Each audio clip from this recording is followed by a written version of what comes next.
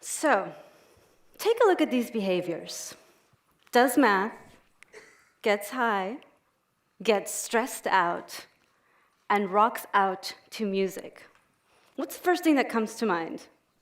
Does it sound like, I heard college, yeah. I was thinking more of a teenager. It does sound like a teenager, but what if I told you that your skin, take a look at it, that very colorful sheath covering your body, that your skin can perform all of these behaviors. Now, before I give you the skinny on the teenage-like behavior of skin, I want to show you how I got to examining the radical behavior of skin. It started during the economic recession, which is where I found myself in my first job, an unlikely time for a first job. So how did this happen? Well, there was an alarming trend. There was a rise in skin sensitivity, and that meant more people in the dermatologist's office and more people in the facialist chair. And there was a rise in skin conditions like inflammatory conditions like eczema and psoriasis. And we didn't know exactly why, but a lot of people in the industry thought maybe it was the rise in stress, maybe it was a lifestyle thing, maybe it was pollution. But I wanted to know how. So when I started working in the skincare industry, I asked myself, how does something as globally extreme like the economy, how did that translate to something like a skin rash? You see, I'm a neuroscientist. And in studying the skin, I found that there was just as much neuroscience in studying the skin as there was in studying the brain. And that was actually surprising to me. So I want to show you some stories today that are going to explain how this connection between the mind and body interact, and hopefully surprise you with some of the ideas that came about in understanding the connection between the brain and skin. So I want to share with you first some examples of the curious ways in which our minds are represented on our exterior. This is Jack. Jack is a veteran pilot. He has been through it all. He's been through wind gusts and locked landing gear. He can keep his cool in just about any situation. But every time he flies over a particular canyon, his forehead breaks out in herpes blisters. Every single time he flies over that canyon. Naturally, he goes to the doctor, gets some medicine, and it treats his symptoms, but it just keeps coming back every time he flies over that canyon. And this is Sophie. Sophie is a senior in high school, and she's a dancer. And of course, as any senior in high school, she's trying to decide what she's going to do with her life. Am I going to go to college? Will I continue to dance? Will I dance in college? What college am I going to go to? So as she battles with her indecision, she develops a wart on the bottom of her foot. Of course, like Jack, she goes to try to get some medical treatment, and it does treat the symptoms here and there. But it always comes back. She can't get rid of this wart. And in the end, the wart makes a decision for her. She can no longer pursue dancing because of the pain in her foot. And this is Danny. Danny is 10 years old, and he was born with eczema. So he was used to the medications, he was used to the rashes that came and went, but the medications always kept his skin and rashes at bay. But one day, they stopped working. The medicine was no longer good. The medicine stopped working the day his mother tragically died in a car accident. Cases like these are not few and far between. In fact, they simply highlight the interdependence between our emotional state and our body state. A blush inadvertently reveals our mind's secrets. Goosebumps warn us when something is wrong. And we feel crawling skin when we're paralyzed with fear. Our skin has the machinery, the same machinery as the brain. And it's only been a decade or so of research that shows that the skin has the most intricate and sophisticated systems that were once under the sole domain of the brain. So, for instance, the stress axis, the hypothalamic pituitary adrenal axis, found in our central nervous system, is also found in the skin. And it's theorized that this stress pathway actually evolved in the skin first to avoid pathogens from entering the skin. But stress is more than skin deep. You don't have to know anything about this man to know that something happened to him between the first picture and the last picture on the right. This is a photograph from a series by photographer Claire Felici, who took pictures of Dutch Marines before, during, and after deployment to Afghanistan. You can see the changes from the first picture to the last picture, and this is only in 1 year. This is not due to the effects of normal chronological aging. So whether it's war, divorce, losing a job, any stressful situation, this often shows up on our skin first. But we so often dismiss that as unimportant and superficial. And when we miss these cues that our bodies are desperately trying to tell us, it's tantamount to repressing emotion. So I want you to close your eyes for a second and imagine that you're blind. Okay, now you can open your eyes and plug your nose. And imagine that you can't smell. Okay, I think we can all kind of do that. Now, sit there with your bottoms firmly pressed against the chair, feet flat on the ground, and imagine you can't feel. That's pretty tough. So, what is that? Our sense of touch begins in the womb. It's nearly impossible to not feel, even when you try. So touch began in the womb. It's the first sensory system to develop. And as psychology has taught us, Maslow taught us that monkeys, in fact, baby monkeys, preferred mechanical mothers covered in terry cloth. But today we know that scientific research is showing that this particular mother's touch, this caress, actually changes her child's epigenetic programming. So that kind of research shows us that there has to be something more to this touch, in particular, this gentle touch. So recently, Swedish neuroscientists discovered a new set of nerve fibers in the skin that respond to only the most gentle of touches. To give you a little bit of a perspective, in the body, the nerve impulses can outrace a Ferrari. That means they can travel at speeds faster than 250 miles per hour. That's pretty fast. But these touch fibers in the skin, they're slow. They take their time. They travel at a leisurely stroll of about 2 miles per hour to reach the brain. And unlike their quick signals that reach the somatosensory cortex and tell us what we've touched, the details of what we've touched, these slow signals travel to a different part of the brain that processes emotions and tells us what we feel when we touch. And this part of the brain is called the posterior insular cortex. And so we know that this gentle touch gives us a sense of who we are. And it also gives us a sense of who we are in the greater world.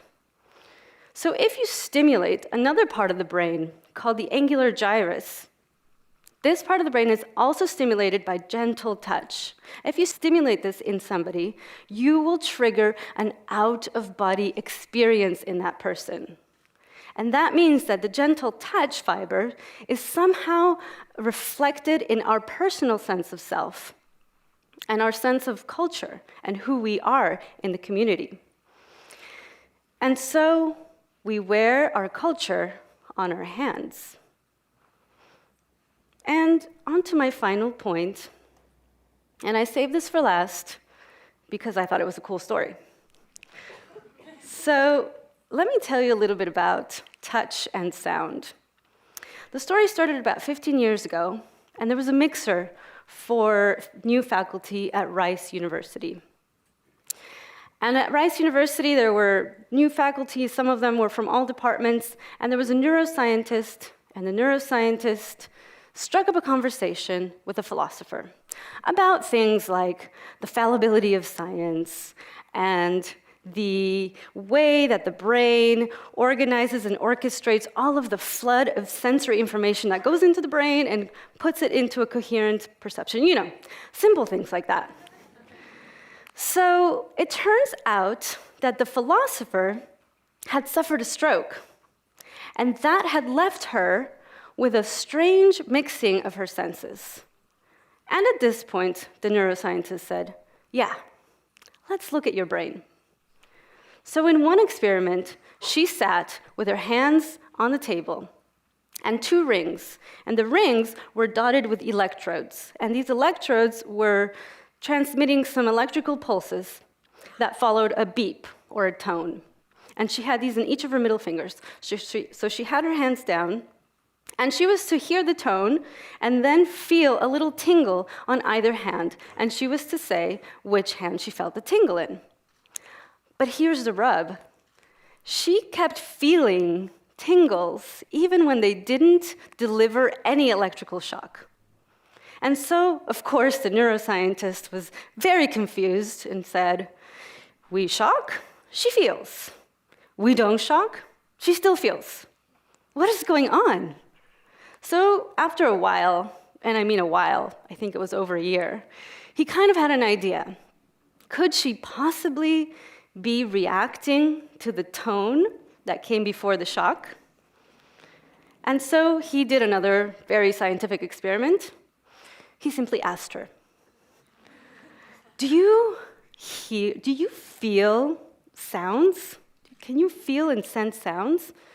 And she said, oh yeah, all the time, ever since the stroke. So, fast forward 10 years, and Dr. Rowe's research found that her mixing of senses was due to the fact that her auditory area had gone over the somatosensory cortex, which was its neighbor in the brain. And so her sound and touch senses were mixed. And so that shows us that, of course, there's brain plasticity, but that there's a very deep connection between sound and touch. In fact, some scientists today believe that the sense of hearing actually evolved from the sense of touch. Think about the hair cells in your inner ear. So, imagine what it feels like to sense so many sounds in such a loud and busy world. How did she deal with it? Well, she took up the bass guitar because the soft, deep sounds felt like a massage over her body. Not too long ago, we thought that the brain function was hardwired, localized, and that damage to the brain was pretty much permanent. We know that's not true today. The paradigm shift that occurred was neuroplasticity in the brain. And skin is this very thin and seemingly disposable tissue. But I want to flip this inside out. If the brain has plasticity, and if the skin is like the brain, could the skin also have plasticity? And does that mean that the skin has untapped potential that we are not aware of? Could we sense extrasensory things like infrared through our skin? Actually, mouse research suggests that we can. And could we maybe get superhuman hearing by sending vibrations to our fingertips? Forget the Apple Watch. Your skin has a clock of its own, and it can keep time. We actually have an incredible wearable sensor that can tell time, and it's a shield and a communicator. And we don't even know it. So, how did these stories end? Now, they all came from different walks of life. And they did share one common theme. They had one problem that was unresolved. So their unresolved emotion led to something on the skin. And fortunately for these people, who are real people, by the way, they're patients, some of them are patients of a psychologist in Boston. Jack, for example, went to see a hypnotherapist. And in that, he revealed that his friend had actually died in that canyon. But his friend was a pilot, and Jack was supposed to be the one flying that day. But he called in sick. And instead, his friend flew over that canyon, and he died. So Jack felt extremely, extremely guilty. And it wasn't until he was able to speak about his feelings in this way that his breakouts on his forehead never came back. Sophie also underwent hypnosis and revealed that her wart had been giving voice to something that she was afraid to do herself, which was to say, "I no longer want to dance."